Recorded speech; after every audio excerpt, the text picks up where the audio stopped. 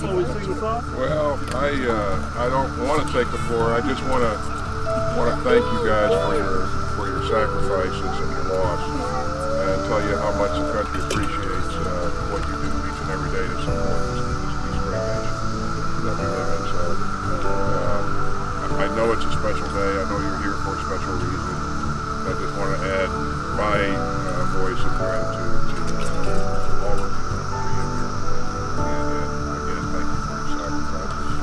So enjoy your family. Thank you.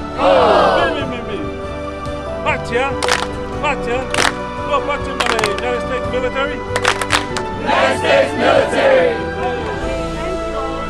God bless you.